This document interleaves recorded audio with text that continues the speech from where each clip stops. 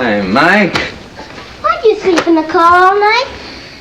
Shouldn't you be in school by now? The bus didn't come yet. Are you gonna buy me that bike you promised? You'll be riding it after dinner. A bicycle costs a lot of money, Mike. He said he'd get it today, didn't you? I cross my heart, Mike. Bye, Dad.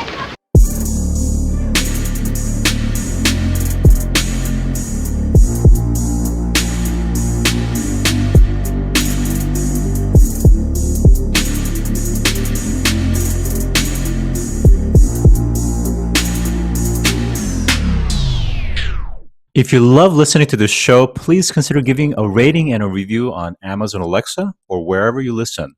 We want to continue bringing you this amazing content, and part of our ability to do that means that we need a big audience. Now, it may not seem like much, but rating and reviewing the show will help more people find us, just like how you found this show. Simply on any podcast platform, search for a show, scroll down to the bottom, and push 5 stars.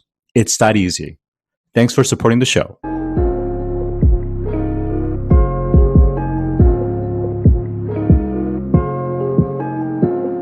Today, I'm joined by Dr. Renee Lertzman, who is a psychologist and founder of Project InsideOut. Welcome to the show today. Thank you for having me. So first, what is Project InsideOut?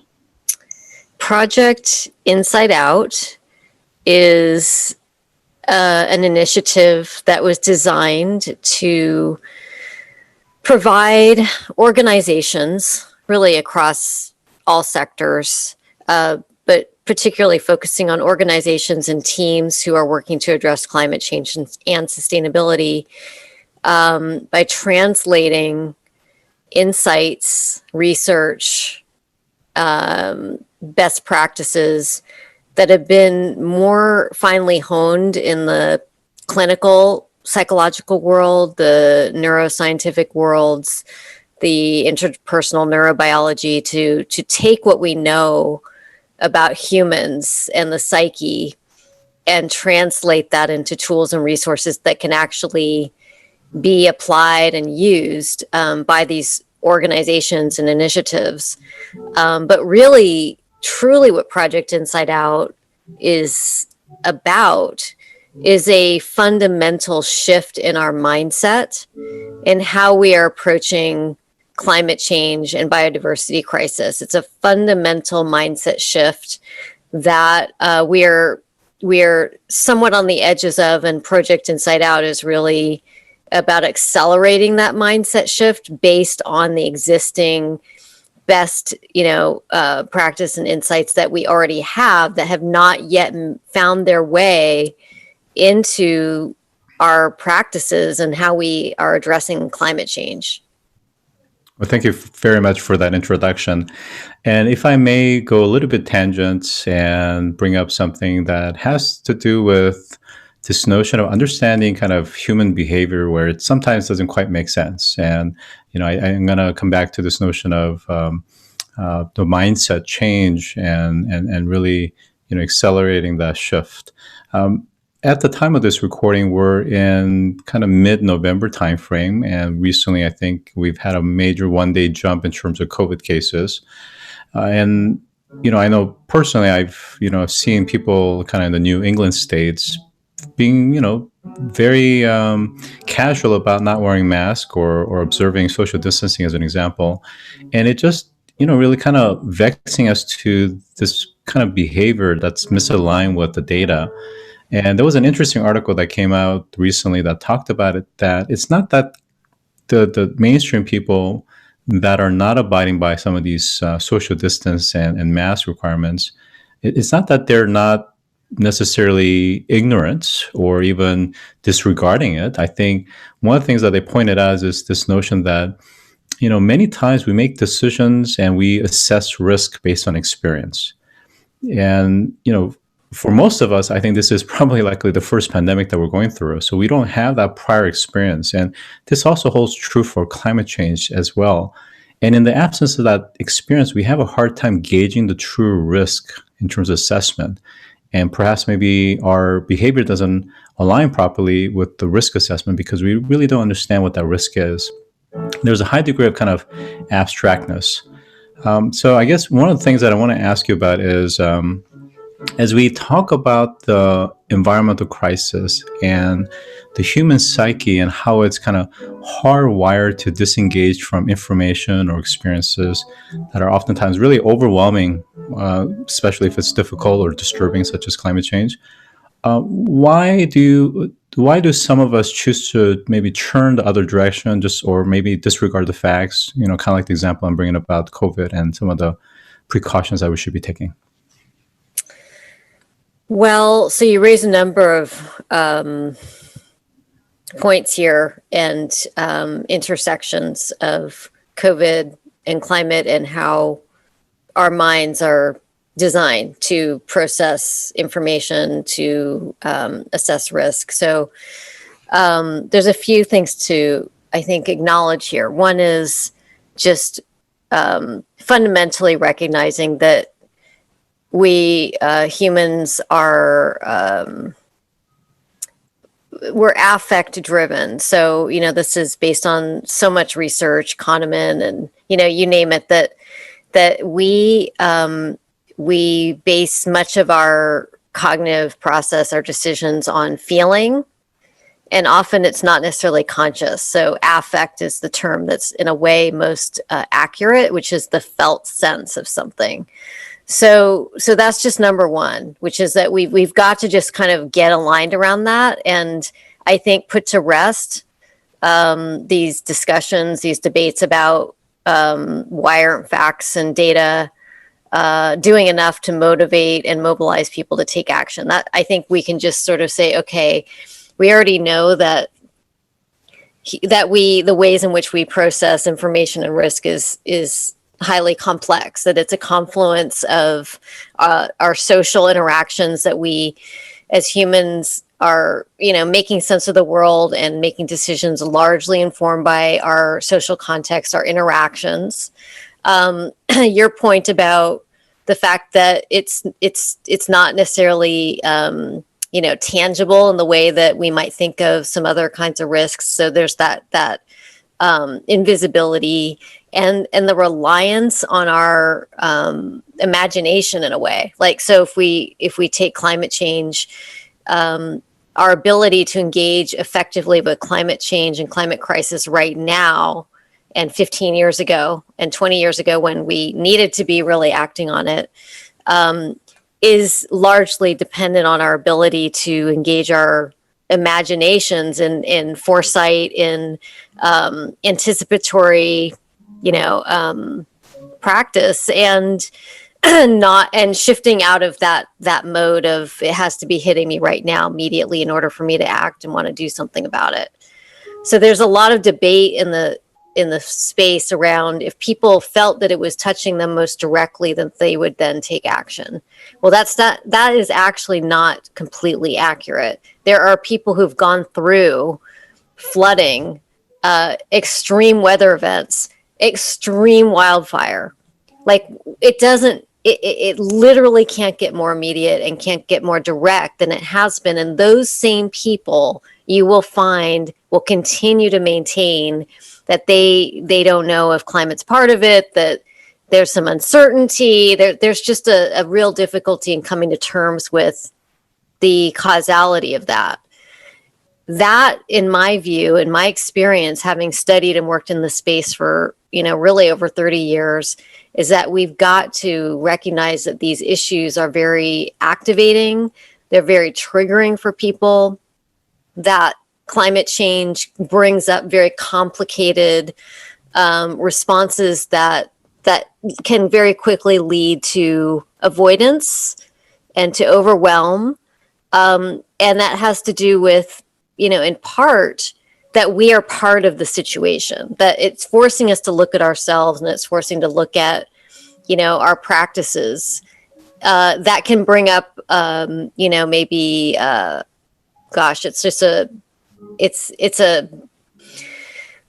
it's a brew of, you know, there's guilt, there's shame, there's conflict, there's ambivalence, there's anxiety, and then for some people, which I'm imagining this might relate more to you and people that you hang out with, see this as an opportunity, an opportunity to innovate, an opportunity to evolve, an opportunity to actually address the issue. Well, so there's a subset of people who go there because I think there's already an internalized sense of self. There's some self-efficacy and there's some agency.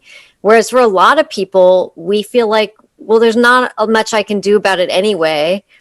And so I'm going to just protect myself and manage myself by focusing on something else and looking in the other direction. And so, the real mindset shift that I think needs to happen across all the sectors, economics, business, tech, philanthropy, science, the shift needs to be that these issues bring up uncomfortable and difficult feelings for people and experiences that lead them to look away, and that it is not a reflection on how much people actually care about the issue. It's not a reflection on whether people value, nature. It's not, because it's just simply, there before COVID, there were record numbers every year of people going to national parks and to zoos and aquariums. And so humans love nature. I'm not saying blanket all humans love nature in the same way. I'm just saying that there's a lot of humans that care very deeply about the planet, that watch Planet Earth, that watch Blue Planet, that are very engaged and yet still have a really hard time coming to terms with what's happening. So that's the real piece here that is so critical, is that we need to actually look at what's going on through the lens of trauma, through the lens that COVID is trauma, social and racial inequity and injustice is trauma, and climate change is trauma. And when we bring that lens in, it actually should change everything about how we communicate, how we engage with policy, how we design, our initiatives, our solutions, our startup enterprises. It should change that, because ideally it puts at the very center the question, how do we work with that? And how do we bring in more emotional intelligence into this domain? Which again, is really based on what we already know. So what I'm saying in a way it's not sort of coming out of nowhere. It's sort of like I'm sitting here in front of my bookcase. There's a lot of books that we already know about human nature and the psyche.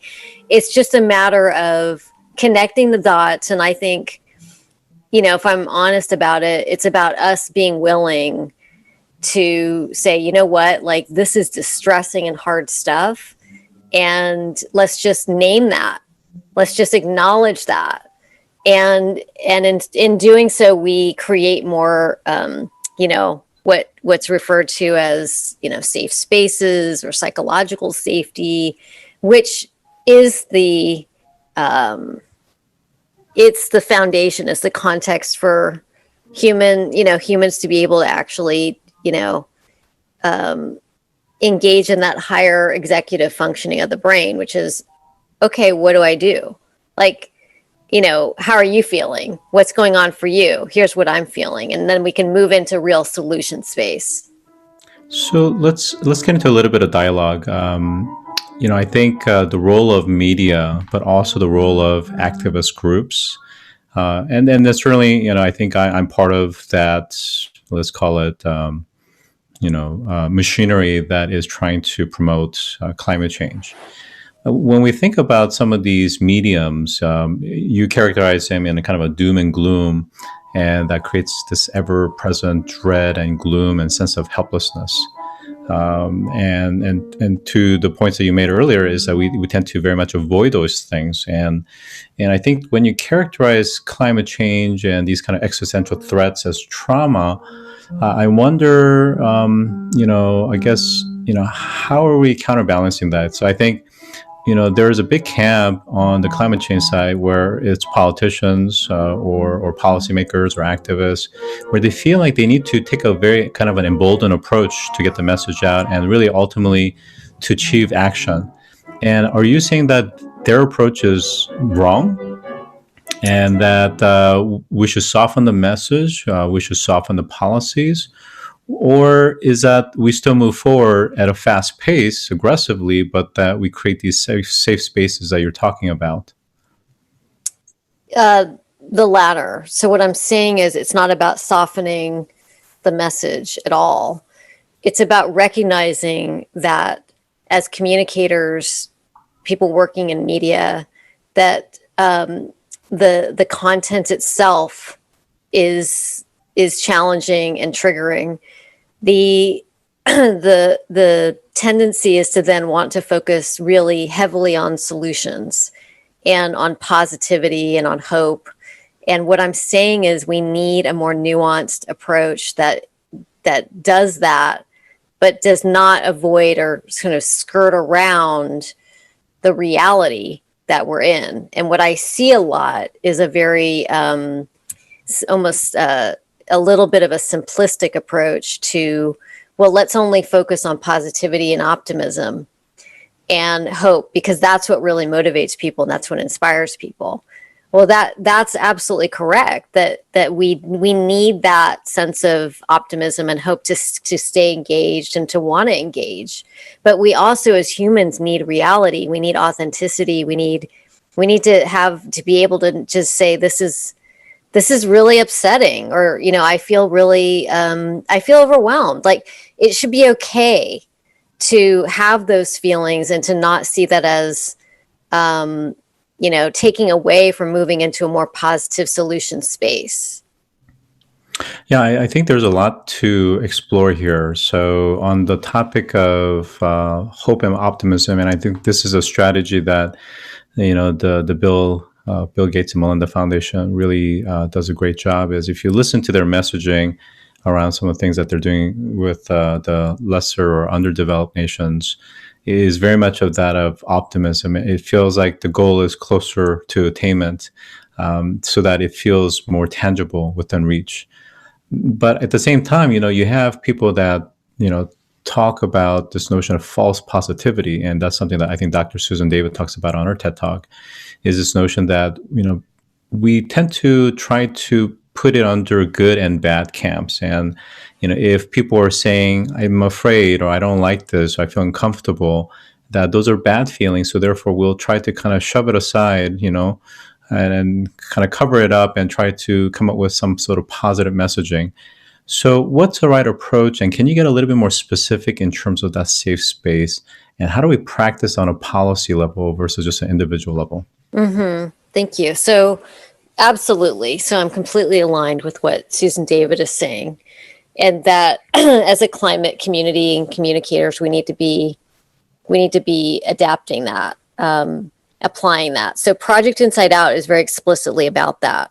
So if you go to the Project InsideOut hub, it's a resource hub, just launched a month ago. So it's early stages. It's in a way a bit of a startup enterprise. We've just launched and now we're getting feedback and seeing how it works for people.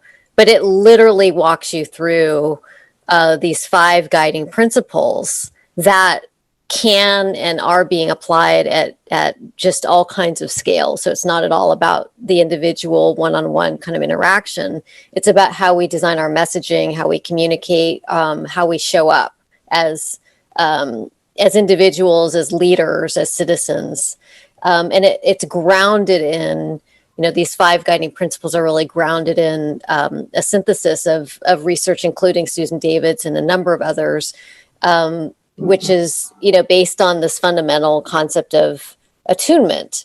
So that when we feel attuned, then really when we feel understood, that my experience, no matter what it is okay, and you get that, that we're capable of then moving into the next,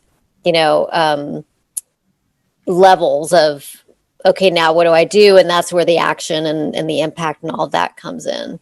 So what I'm saying 100% is get away from the binary of good, bad, and to see that we can be more nuanced in how we communicate. So with Project InsideOut, those 5 guiding principles are incredibly simple, but quite quite, profound if you unpack each one. But basically, they are attune. So start with attuning to your stakeholders, to your audiences, to your communities. Like really attune, listen, engage with what the experiences of the people, your investors, whoever that is. And then we move into reveal is about truth telling. It is about telling the truth about what's happening. And it's about being compassionate storytellers and communicators. So that's where the emotional intelligence comes in, which is to say, we're working on this amazing initiative and you're needed as part of it. And with you, we can achieve so much. And if you're feeling overwhelmed and if you're feeling like, what difference is it going to make? We've been there, we feel it too. And at the same time, we also know that we need to just keep going. So that's just a way of very simply acknowledging, we get it. We're not tone deaf to what your experience might be. So that really builds traction and trust. Then we equip people, with here's some tools, here's some resources, here's some playbooks, here's some training, it's really about growing people and developing people and being gardeners. And then convene is the fourth principle, which is really about getting people together ideally in small groups, but really fostering conversations. And it's in having conversations that really anything is meaningful can happen. And that means using small groups in particular to help people sort of think through and reflect and get support and hear stories and get tips and all of that in the context of more of a community or a small group. And then sustain is about keeping us going, so how do we keep going? And how do we go beyond focusing on a specific campaign or outcome, like a pledge or a challenge, the whatever challenge or the whatever, event or launch or election, it's really about long-term community building and deep engagement. So all of those things are interrelated, and they all are designed to apply to non-clinical contexts that could be used by, anyone from the UN program, environmental program to a citizens climate lobby chapter in Iowa, which is actually what it already is happening. So that's really the intention behind it, is precisely, how do you scale this? Like that's the real question. How do you scale this work in a meaningful way? Now, I realize that the Project InsideOut is supported by the KR Foundation, which is really focused on addressing the root causes of climate change and environmental degradation. And they focus on doing that through finance, sustainable behavior, and other interventions. So how does your work tie into what they're doing, and how does what they're doing tie into this framework that you just laid out? Well, so yes, KR funds a whole number of really amazing initiatives that are addressing it's really about transformative change. And KR Foundation is also going through its own evolution around looking at, lifestyle and individual behavior change and system level change. And there's some interesting projects that are actually coming out of funded by KR in the new year.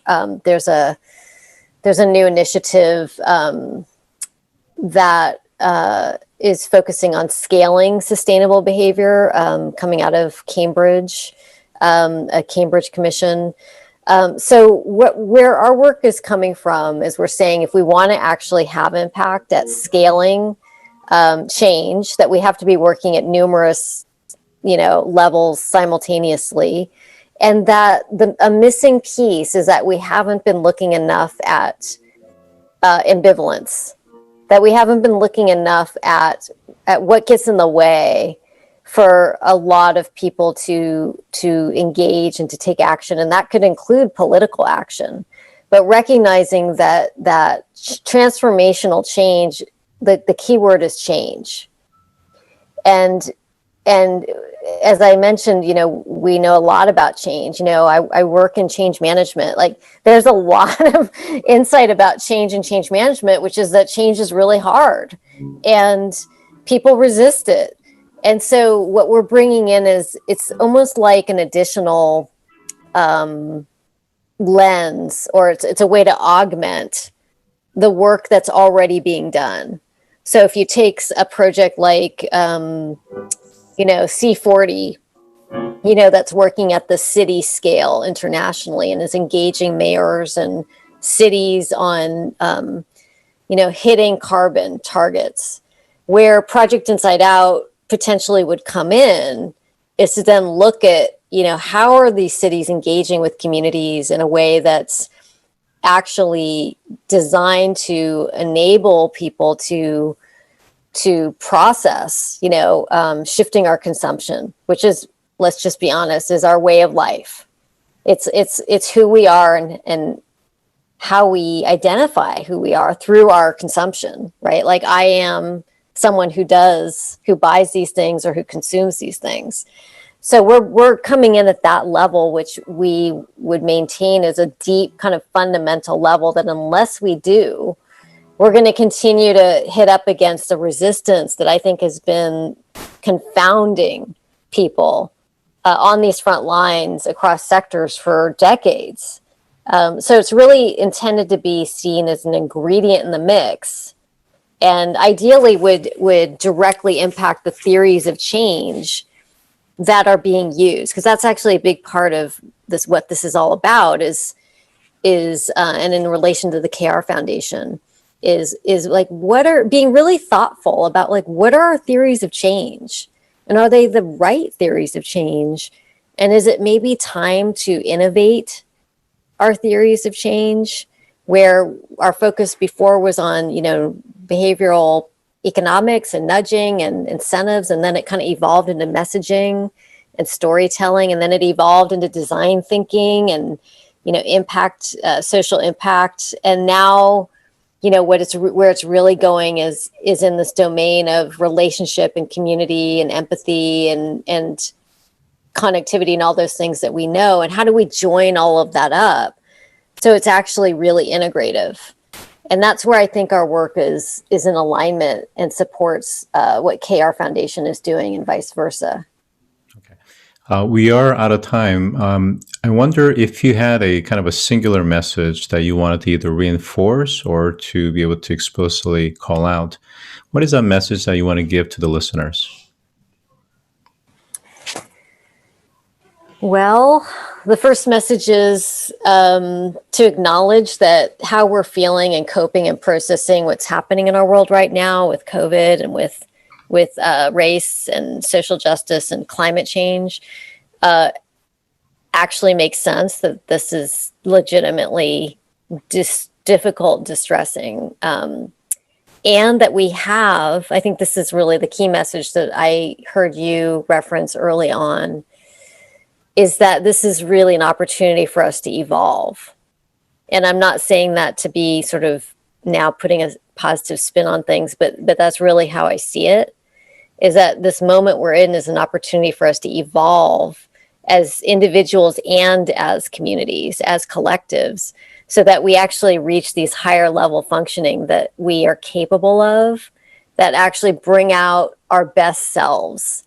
And I believe that comes through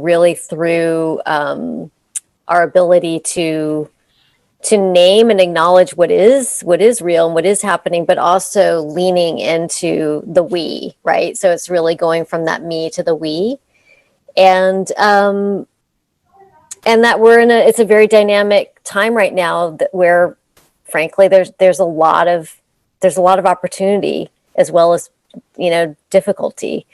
So I would just say, check out projectinsideout.net and have honest, brave, courageous conversations with each other. That's really the most powerful thing we could do right now. So with that, I've been joined by Dr. Renee Lertzman, founder of Project InsideOut. Thank you for joining today. Thank you, Scott. If you've enjoyed this episode, take a moment to rate our show on any podcast platform that you listen to. Scroll down to the bottom and push 5 stars. It's that easy. And as always, thanks for listening.